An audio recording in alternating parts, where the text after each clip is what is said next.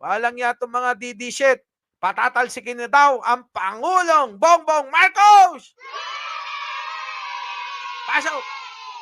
That there will be a caravan for signature campaign to subject Marcos Jr. to impeachment. Alak ka! Ayan na, i-impeach na daw nila! Bakit? Bakit yung i-impeach? Grabe kayo. Ha? Ilan ba kayo? Sige tuloy. I-impeach na daw. Meron na daw silang plano. Oh. Sa Congress, at mayroon yatang 2 congressman na nag-volunteer, hindi ko mo naman babanggitin. Ulitin ko Oh, ayan ha, may nag-volunteer. May nag-volunteer daw.